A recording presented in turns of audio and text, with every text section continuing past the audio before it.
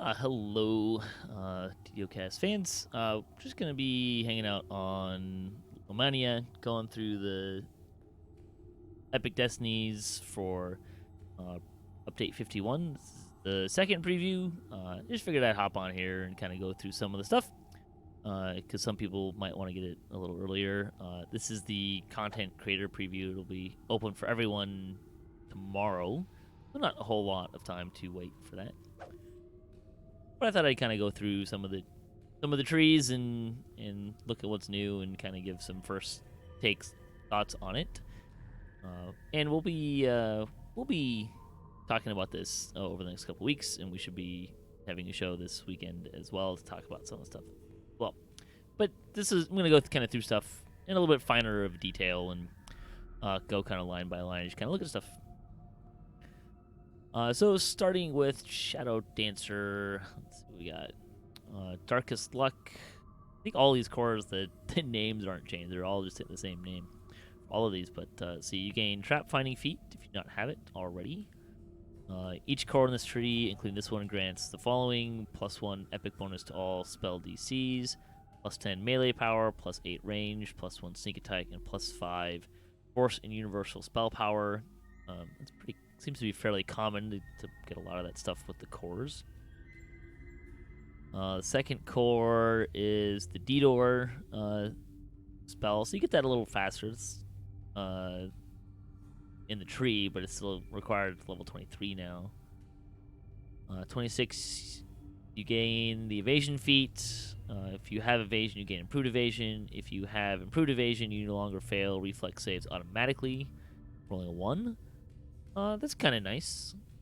Not having to getting the reflex save. I like how it progresses, so you get something depending on what you already have. Tier 1. So stealthy plus reflex saves plus hide plus move silently, and rank 3 you gain hide and plain sight feat.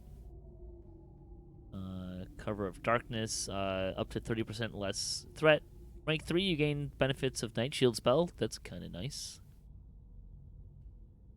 Well of Darkness, 30 up to 100 spell points, 3 DCs with fear spells, 10% force absorption is kind of a nice little add-on. I don't know how many of these are going to add something for rank 3, but we'll see how that keeps going. Assassinate DCs +6, that's the same as live. +6 to stats, same as live. If you have Nimble Fingers feat, you gain +1 sneak attack dice. Well, I don't think that's worth the feat, but there, get a little bonus if you have it. Let's see. Lithe, still here, +6 to reflex saving throws, armor class, light armor, max dex bonus, that's the same as live. Now comes with force and universal spell power. This could be an interesting tree if you can do ranged and some sort of DPS martial type, and then casting on the side. Let's see, Dark Imbuement, and I'll spend some points in here just to see what the different versions are. So Dark Imbuement, let's see, at the top tier, so you get 1d6 per sneak attack dice and untyped damage on a hit. Doubling your sneak attack damage, that's pretty nice. And that scales on a Vorpal Strike, your attack's blind with no save. That's for martial weapons. For spellcasting, your sneak attack dice are now applied to your harmful spellcasts. It's kind of fun. Your spells deal 1d6 untyped damage per sneak attack die you have. May only trigger once per spellcast per monster. So multi-hit spells will only have 1 additional damage value. So, okay, so Magic Missile doesn't go crazy powerful. Sure, that makes sense. Yeah, it could be interesting. I mean, it's an interesting theory. I just don't see a lot of spellcasters have a lot of sneak attack dice, so I'm not sure how that's gonna play out. Let's see, meld into into darkness. So it's just 10% uncapped dodge for up to 10 seconds. A lot less fun than it is on live. So that's not extraordinarily surprising. Let's see. Shadow form. So this is the mantle. Grants 3% movement speed, 25% sneak speed.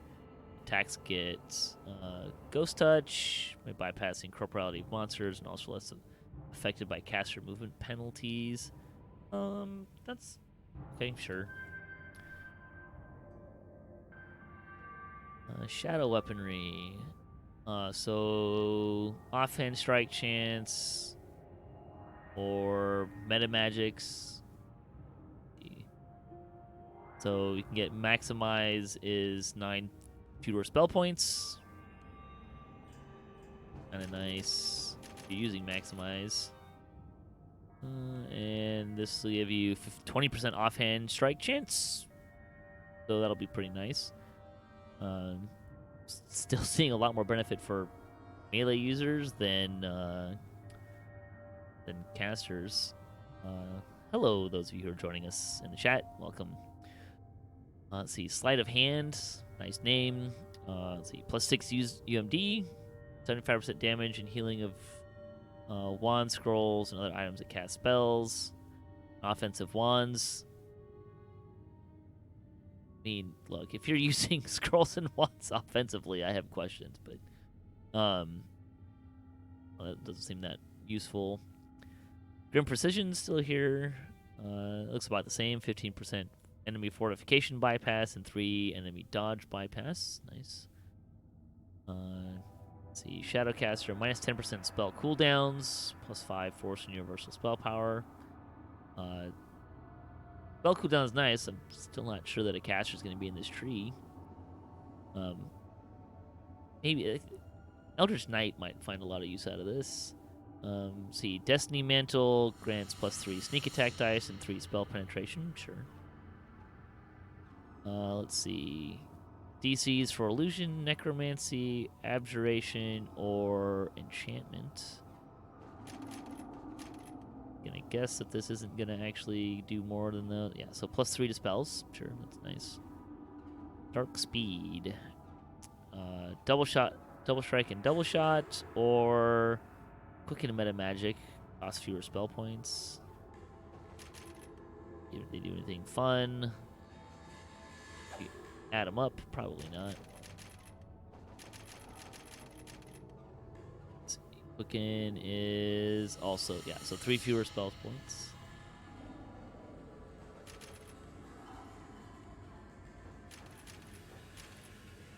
Oh, I guess I need to take an epic strike here. So improved melds goes up to 15%, and when they miss you, are blinded by shadows with no save. Blind lasts 5 seconds. It can only apply to each monster once per 60 seconds. And improved imbuement increases your melee range and reduces the cost of all your meta magics by 1 each. Okay.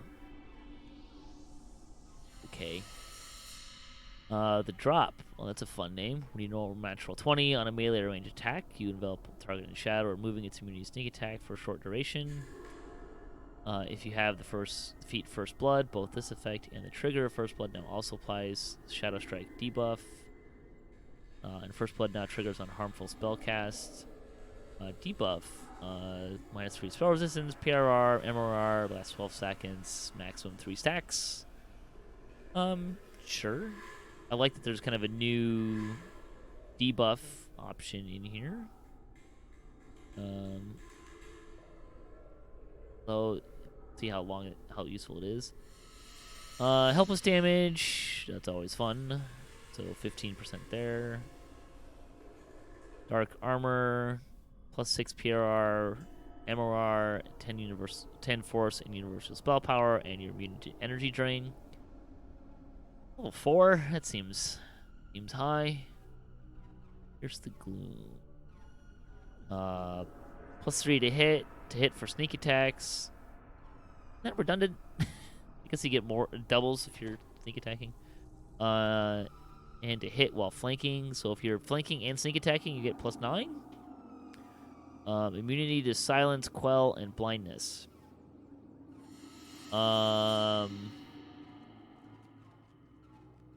Okay, I'm not sure why quell is in here. That seems a little dumb. Quell is usually divine spells, not arcane spells. Greater shadow form. So mantle increases to cloak yourself. So 25% incorporality, +20 hide and move silently. Allows you to float as if you had feather fall. You no longer trigger pressure plate or bear traps. Nice touch. You're also not automatically detected by monsters with tremor sense, all hearing, but remain detectable by monsters who see through stealth, all seeing. Also a nice touch. So that seems like a buff, as long as you're in the mantle. Let's see. Just a taste. +1 critical multiplier on rolls of 19 to 20. With bows, thrown weapons, crossbows, finessable melee weapons. Okay, sure. Weird. Oh yeah, this is the mass phantasmal killer. DC 20 plus highest of intelligence, wisdom, charisma modifier, plus illusion spell bonuses prevent the death. You have to be able to cast spells, so you have to be level. Okay, so you have to be level 9 to cast spells if you're a cleric, sorcerer, druid, wizard, or favored soul, or level 6 spells if you're artificer, alchemist, bard, or warlock.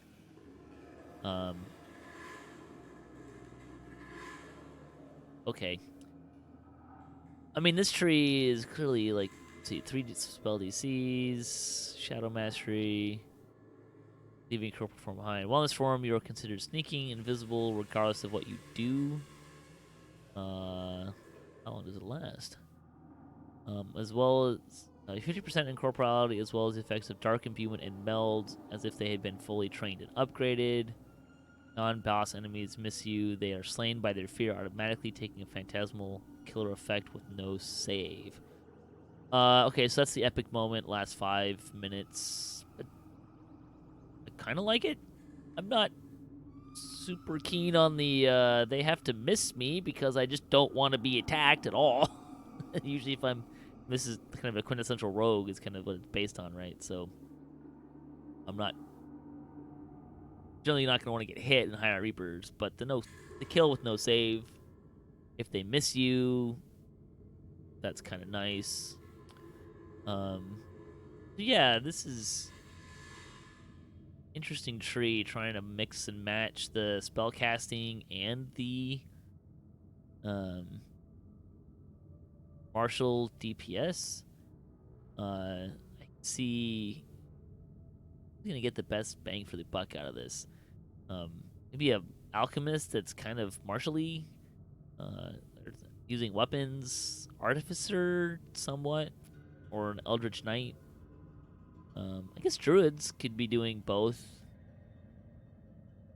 which would kind of lead into the quell part. So, sure, there's some fun stuff in there. Doesn't immediately strike me as being less powerful than it is currently. Well, thanks for hanging out tonight. Hopefully, this was helpful for folks. I'll probably have some videos up on DDOcast on YouTube over the next couple of days, just to kind of go through the various trees and stuff and whatnot. Check us out at DDOcast.com for our weekly news and discussion podcast show. And also check out we play other games and do some tabletop D&D and that kind of fun stuff as well. You can find me on Twitter at DDOcast as well. Thanks for watching.